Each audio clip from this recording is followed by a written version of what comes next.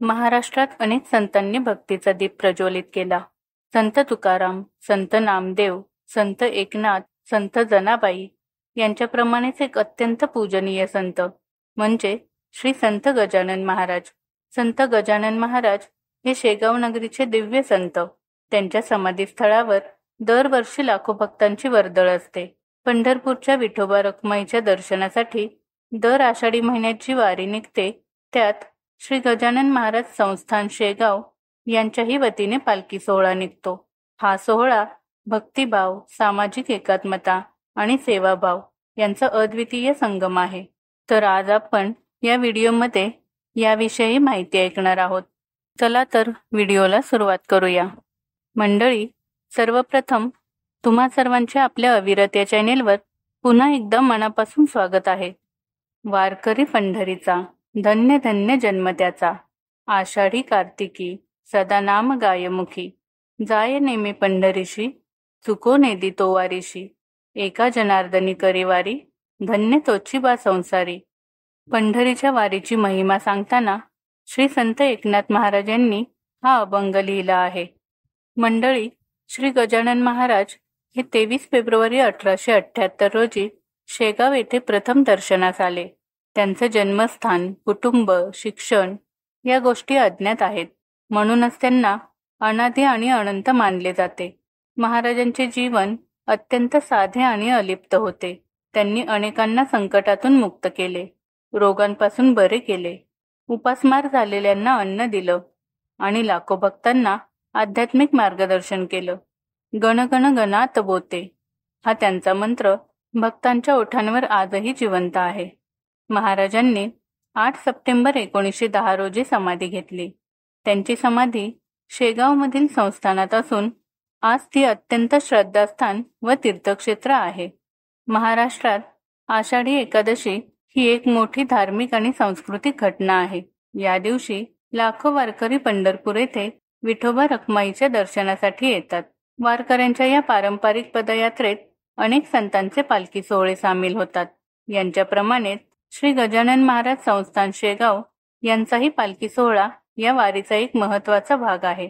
विदर्भाचं प्रति पंढरपूर म्हणून ओळख असलेल्या संत श्री गजानन महाराजांच्या पालखीचं दिनांक 2 जून म्हणजे सोमवारी सकाळी 7 वाजता आषाढी एकादशीच्या सोहळ्यात सहभागी होण्याकरिता पंढरपूरकडे प्रस्थान झालं. यंदा पालखीचं 56वं वर्ष आहे. या पालखीमध्ये सुमारे 700 वारकरी, 250 पताकाधारी, 250 टाळकरी आणि 200 सेवाधारी सहभागी झाले आहेत. श्री संत गजानन महाराजांची पालखी अंदाजे 33 दिवसात 700 किलोमीटरचं पायी अंतर चालत 4 जुलै रोजी पंढरपुरात दाखल होईल. 6 जुलैला पंढरपूरच्या आषाढी एकादशी सोहळ्यामध्ये सहभागी होत परिक्रमेमध्ये देखील सहभाग घेणार आहे. पंढरपूरकडे मार्गस्थ झाल्यानंतर या पालखी सोहळ्यात लाखो वारकरी सहभागी होतात. टाळ मृदुंगाच्या गजरात हा पालखी सोहळा पंढरपूरकडे निघाला आहे. पालखीचा परतीचा प्रवास हा 10 जुलैला सुरू होत असून 31 जुलैला शेगाव येथे आगमन होणार आहे. सोमवारी दिनांक 2 जून या दिवशी सकाळी श्रींची पालखी निघण्यापूर्वी टाळ मृदुंगाच्या गजरात कार्यक्रम पार पडला.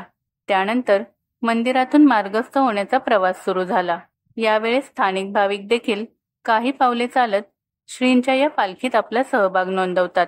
श्रींचे दर्शन घेण्याकरिता राज्याच्या कानाकोपऱ्यातून देखील लाखो भाविक शेगावात दाखल होतात व पंढरपूरचा प्रवास सुरू होण्यापूर्वी श्रींच्या पालखीचं दर्शन घेतात.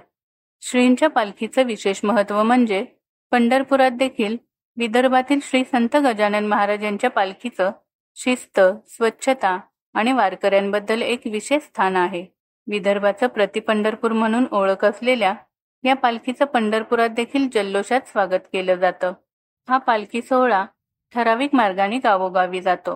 प्रत्येक ठिकाणी महाराजांचं औक्षण, अभिषेक, भजन, कीर्तन यांची आयोजनं केली जातात. वारकऱ्यांना स्थानिक लोक भक्तिभावाने सेवा देतात. वारीत टाळ मृदुंग, झांज, भजन, मंडळ, अभंग गायन असते. गणगण गणात बोते, जय गजानन महाराज, जय जय रामकृष्ण हरी अशा घोषणांनी आकाश भारून जातं. तर मंडळी, या पालखीचा भक्तिमय प्रवास कसा आहे ते पाहूया. 2 जूनला सायंकाळी अकोला जिल्ह्यातील पारस येथे श्रींच्या पालखीचा रात्रीचा मुक्काम राहील. 3 जूनला पारस येथून गायगाव येथे तर रात्री भौरत येथे श्रींच्या पालखीचा मुक्काम राहील. त्यानंतर अकोला येथे 4 व 5 जून असे 2 दिवस मुक्काम राहील.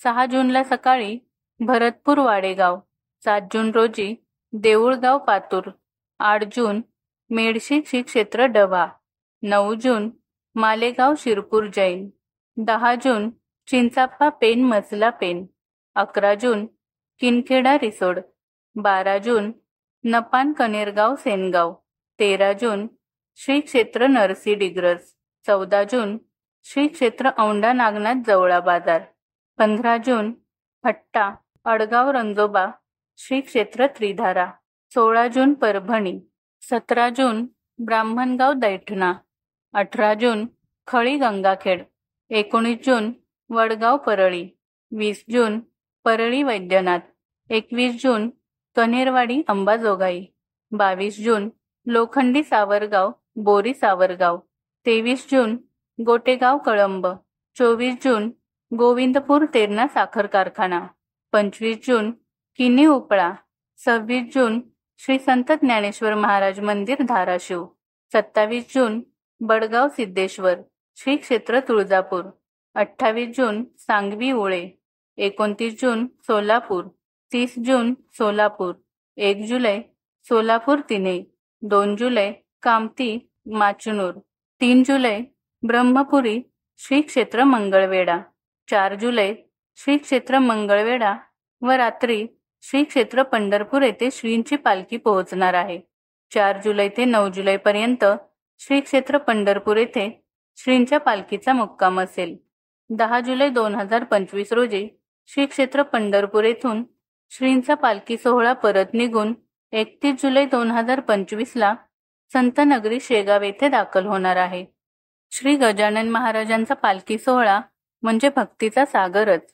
या वारीत सहभागी होणं म्हणजे भाग्याची गोष्ट. तुम्ही या सोहळ्याचा व्हिडिओ बघत असाल तर तुम्हालाही महाराजांची कृपा लाभो हीच प्रार्थना. तर मंडळी, तुम्हाला हा व्हिडिओ आवडला असेल तर व्हिडिओला नक्की लाईक करा व जास्तीत जास्त शेअर करा आणि आपल्या अविरत या चॅनेलला सबस्क्राईब करा. तर पुन्हा भेटूया नव्या भक्तिपंथाच्या प्रवासात. तोपर्यंत श्री स्वामी समर्थ.